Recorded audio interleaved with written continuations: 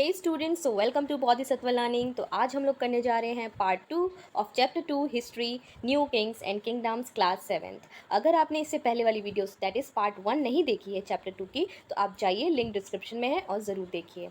Now तो आज हम लोग जो पढ़ने वाले हैं, the functionaries for collecting revenue were generally recruited from influential families. जो कलेक्ट करते थे रिवेन्यू को, वो मेनली कौन सी कंडीशन से बिलोंग करते थे, कौन से सेक्शन से बिलोंग करते थे, वो इन्फ्लुएंशियल फैमिली से बिलोंग करते थे। मतलब जो रिच होते हैं, रिच फैमिली से वो लोग बिलोंग करते थे और वो ऑफन हेरिडेटरी पोजीशन से एक्वायर करते थे। लाइक उसके पापा अगर ये करते थे तो उसका बेटा भी यही करेगा, उसका बेटा भी यही करेगा, तो उसे हेरिडेटरी पोजीशंस कहते हैं। ये लोग टैक्सेस कलेक्ट करने का ही काम करते थे, ठीक है। तो ये होता था, टैक्सेस इन्फ्लुएंशियल फैमिलीज़ के लोग कलेक्ट करते थे राजा के लिए। These were true about the army as well. In many cases close relatives of the king held these positions. तो भाई टैक्स कलेक्ट कर रहे हैं तो ऐसे वैसे आदमी को थोड़ी देगा, वो अपने क्लोज रिलेटिव्स को ही देगा कि तुम टैक्स कलेक्ट करो, ठीक है। Because taxes were the important major part of the kingdom, बहुत इंपॉर्टेंट पार्ट था किंगडम के लिए। Now next is prashastis and land grants. ये जो प्रशस्तीज है, ये वर्ड मैंने आपको फर्स्ट चैप्टर में भी पढ़ाया था कि प्रशस्तिस क्या होती हैं। प्रशस्तिस मतलब प्रशंसा करना, किसी की तारीफ़ करना, in praise of, in English in praise of मतलब किसी की तारीफ़ करना। अब क्या होता है, ब्राह्मण्स थे उस ज़माने में, एक डोमिनेंट स्पीशी का रूप था। ये लोग डोमिनेंट थे, मतलब किंग्स को एडवाइस देने का काम, उनकी प्रशस्तिस करने का काम यही लोग करते थे। तो ये हमने पढ़ लिया। नाउ आवर न्यू ये बॉक्स है, it is very important, we will not leave it. तो यहाँ पे है the achievements of Nagabhata. Nagabhata की क्या अचीवमेंट थी, उनकी क्या प्रशस्ति थी, इस बॉक्स में दिया हुआ है। तो आपने लास्ट ईयर पढ़ा था गुप्ता के बारे में, गुप्ता की प्रशस्ति के बारे में। और गुप्ता का जो लास्ट रूलर था वो कौन था, समुद्रगुप्त लास्ट, ठीक है। तो इनकी प्रशस्ति लास्ट ईयर में पढ़ी थी। और वैसे ही एक प्रशस्ति है, संस्कृत भाषा में लिखी है, जो ग्वालियर मध्य प्रदेश में डिस्क्राइब मतलब कि फाउंड होती है, exploit of Nagabhata and Pratihara king as well, इन लोगों के बारे में दिखती है। तो यहाँ पे लिखा गया है, the kings of Andhra Sindh, part of Maharashtra, part of Orissa, fell before him even as he was a prince. तो ये इसकी इनकी प्रशस्ति के बारे में ये लिखा गया है कि जो किंग्स थे आंध्रा के, सिंधावा के किंग और विदर्भा के किंग, तो इन लोग का नाम तो आजकल बदल गया है। सिंधावा को सिंध कहा जा रहा है, मतलब सिंध कहा जाता है। Part of Maharashtra that was Vidarbha, तो इन लोग के नेम्स बदल गए हैं, तो ध्यान दीजिएगा, कलिंगा, उड़ीसा, ओके। तो इन सब में इनकी डिस्क्रिप्शन पाई जाती है। जो भी ये कहा जाता है कि ये लोग यहाँ के, आंध्रा के, सिंध के, महाराष्ट्र के जो किंग थे, इस किंग के आगे फेल बिफोर हिम, मतलब इनके आगे झुक गए, ये मतलब है। He won a victory over चक्र युद्ध, ये इन्होंने चक्र युद्ध में भी अपनी victory pi, okay. He defeated king of वंगा, ठीक है, दैट इज़ बंगाल, बंगाल के किंग को भी इन्होंने डिफीट किया। चक्र युद्ध में भी इन्होंने विक्ट्री पा ली। Anarta that is the part of Gujarat, ठीक है। तो ये सारी जितनी भी किंगडम्स थी, इन सब के ऊपर इन्होंने विक्ट्री पा ली। तो नागभट्ट के बारे में ये दिया गया है, ओके। नाउ तो जब किंग बहुत खुश हो जाता था ब्राह्मण से कि उनकी प्रशस्ति हो गई है, जब किंग हैप्पी हो जाते थे, तो क्या करते थे, ब्राह्मण्स को कुछ गिफ्ट देते थे। तो गिफ्ट कैसा देते थे, एक कॉपर की प्लेट, ठीक है, कॉपर की प्लेट देते थे जिसमें इंस्क्रिप्शंस लिखी जाती थी, जिसमें कहते हैं इनग्रेविंग करके कुछ लिखा हुआ होता था। भाई क्या लिखा होता था, वो लोग गिफ्ट में कॉपर प्लेट में क्या लिख के देते थे कि ये पर्टिकुलर, लाइक कोई पर्टिकुलर रीजन है किसी का, तो ये ज़मीन है ना ब्राह्मण्स की हो गई, ओके।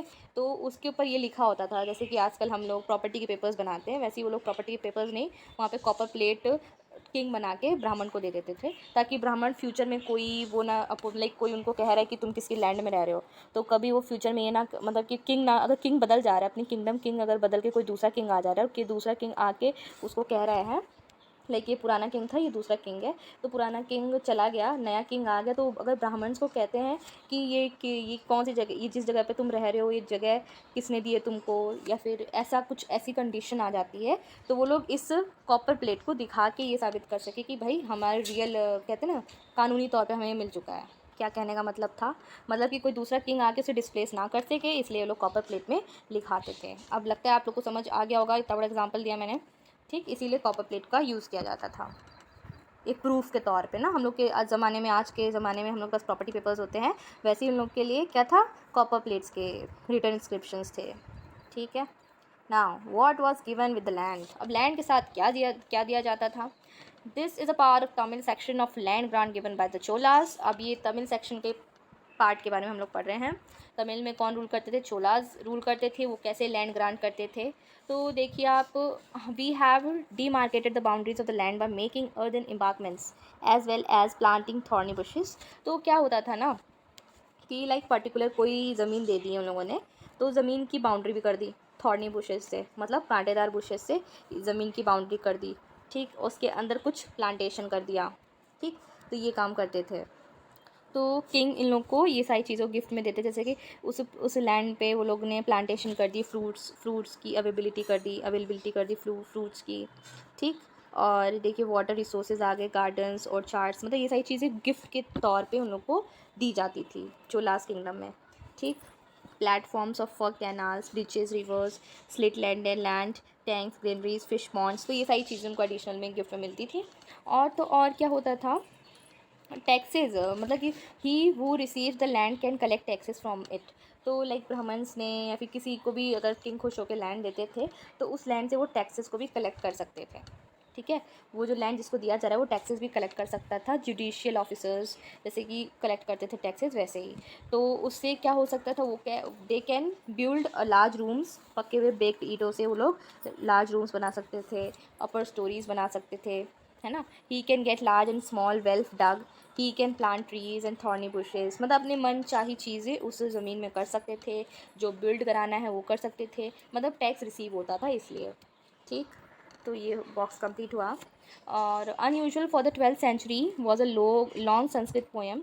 और 12th सेंचुरी में एक लॉन्ग संस्कृत पोएम थी जिसमें प्रशस्ति की गई थी किसी किंग के बारे में। तो किंग कहाँ का रूलर था? वो किंग कश्मीर का रूलर था, और उसकी प्रशस्ति की गई थी, वो प्रशस्ति सही की गई थी। और उसके जो राइटर थे कौन थे? कल्हाना थे। रूलर कहाँ का था? कश्मीर का था, कश्मीर का था। और जो इनके राइटर थे कौन थे? कल्हाना थे। ठीक, याद कर लीजिए, कश्मीर के जो किंग थे उनके राइटर थे कल्हाना, और उनकी जो पोएम थी वो संस्कृत लैंग्वेज में लिखी गई थी। किस में लिखी गई थी? संस्कृत लैंग्वेज में। He used a variety of sources including inscriptions, documents, eye witness accounts and earlier हिस्टोरीज।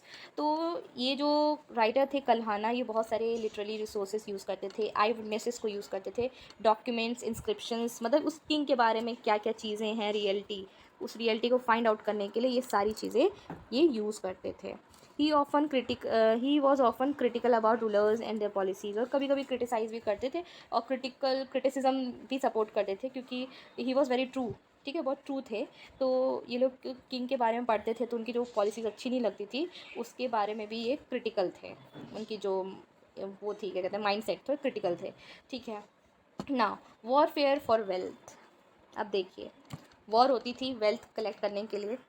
अब यहाँ पे है, you may have noticed that each of these ruling dynasties was based in specific regions. ये सारी डायनेस्टीज़ एक specific reason में based थी, और उसी वक्त वो लोग हमेशा कोशिश करते थे कि जिस एरिया में हम लोग रूल कर रहे हैं वो तो एरिया है ही हमारा, उसके साथ साथ दूसरे एरिया पे भी क्यों ना कब्जा किया जाए, दूसरे एरिया को कब्जा करके क्यों नहीं वेल्थ कलेक्ट किया जाए, मतलब ग्रीड। ठीक है, तो ये चीज़ थी। फिर उसके तो ऐसे ही एनेक्सेशन करने की पॉलिसीज़ चलती थी किंग्स में। वैसे ही एक एग्जांपल दिया गया है कन्नौज के बारे में, जो कि गंगा वैली के पास है। For centuries rulers belong to Gurjara Pratihara. ठीक है, ये हमने पढ़ा था गुर्जारा प्रतिहारा के बारे में। इन्होंने कर्नाटका में अपनी किंगडम को इस्टेब्लिश कर लिया था। सॉरी, गुर्जारा प्रतिहारा ने, इन्होंने अपनी किंगडम कहाँ बनाई थी? राजस्थान में बनाई थी, मिस्टेक हो गई। ठीक है, तो इन्होंने अपनी किंगडम राजस्थान में बनाई थी। तो आपको बता दें कि एनेक्सेशन की पॉलिसी, वेल्थ कलेक्ट करने की पॉलिसी और ये ग्रीड वाली पॉलिसी कि हमें यहाँ का भी रूलर बनना है, यहाँ का भी रूलर बनना है, ये सारी किंग्स में चलता रहता था। तो जैसे गुर्जारा प्रतिहारा हुए, राष्ट्रकूटा हुए, पाला डायनेस्टी हुई, fought for control over Kannauj, ये सब, ये जो भी किंग्स थे, ये तीनों किंग्स, ओके, ये लोग कन्नौज के ऊपर कंट्रोल पाने के लिए हमेशा लड़ा करते थे। और हिस्टोरियंस ने इस लड़ाई को मेंशन किया एक पर्टिकुलर नेम से, जिस नेम को कहा जाता है ट्राइपार्टाइट स्ट्रगल। क्या कहते हैं? ट्राइपार्टाइट स्ट्रगल, जिसमें गुर्जारा प्रतिहारा थे, this is number 1, and this is Rashtrakuta, ठीक है, 2, और ये पाला डायनेस्टी, दिस इज़ 3। तो याद कर लीजिए, गुर्जारा, राष्ट्रकूटा एंड पाला, GP, R एंड पाला P, ओके। GPRNP ऐसे लर्न कर लीजिए। GP this is Gurjara Pratiharas, okay, this is R Rashtrakutas and this is पाला डायनेस्टी। PD कर लीजिए, ठीक है। GPRPD लर्न हो जाना चाहिए, निमोनिक बन गया आपका, ठीक है। GPRPD, GP means Gurjara Pratihara, R means Rashtrakuta and पाला डायनेस्टी, दिस इज़ PD पाला डायनेस्टी। तो आपको लर्न हो गया। इसको क्या कहते हैं? Tripartite struggle, tripartite struggle name learn कर लो, क्योंकि एग्जाम में आ जाएगा कि क्या होता है ट्राइपार्टाइट स्ट्रगल, उसमें कौन कौन सी किंगडम्स थी, कौन सी डिनेस्टीज थी, तो आपको बताना पड़ेगा। और इम्पॉर्टेंट प्लेस क्या है? कन्नौज के गंगा वैली को ये लोग एनेक्स करना चाहते थे, वहाँ पे आक्रमण करके अपनी वेल्थ को और इनलार्ज करना चाहते थे, ठीक है। अब आगे बढ़ते हैं। As we will see, rulers हमेशा ट्राई करते थे, मतलब अपनी पावर रूलर्स किस में शो करते थे? जनरली टेम्पल्स में दिखाते थे, मतलब टेम्पल्स को बहुत रिच टाइप का बना देते थे, उसमें बहुत सारे एलिमेंट्स को लगवा देते थे, जिससे मतलब किंग का और कहते हैं ना भौकाल पता चले, तो ये होता था। तो दूसरा किंग जो एनेक्सेशन करने आता है, जो आक्रमण करने आता है, उसका जो टारगेट होता था वो टेम्पल होता था टारगेट, ठीक है। Which was sometimes extremely rich, तो टेम्पल्स में बहुत ज़्यादा रिचनेस लगा के बनवाते थे किंग, बहुत डेडिकेट होके। तो जो दूसरा किंग आक्रमण कर रहा है उसका टारगेट क्या बन जाता था? टेम्पल बन जाता था। तो ये चीज़ है।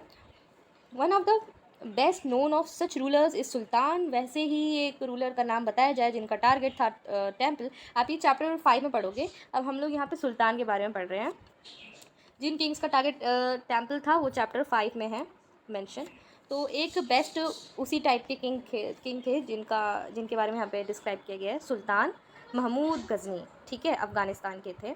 He ruled from 1997 to 1030 and extended control over parts of Central Asia। 1997 मैंने बोल लिया, गलत है, 997 से 1030 तक इन्होंने रूल किया, ताकि वो अपनी पावर को एक्सटेंड कर सके सेंट्रल एशिया में, ठीक है। बहुत सारे सेंट्रल एशियन पार्ट्स में ये अपनी पावर को एक्सटेंड करना चाहते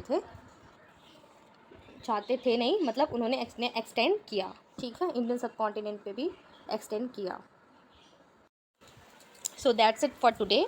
तो आप वीडियो को लाइक कर दो, चैनल को सब्सक्राइब भी करो और अपने फ्रेंड्स को शेयर भी करो, और नेक्स्ट पार्ट हम लोग नेक्स्ट वीडियो में करेंगे। Okay, that's it for today.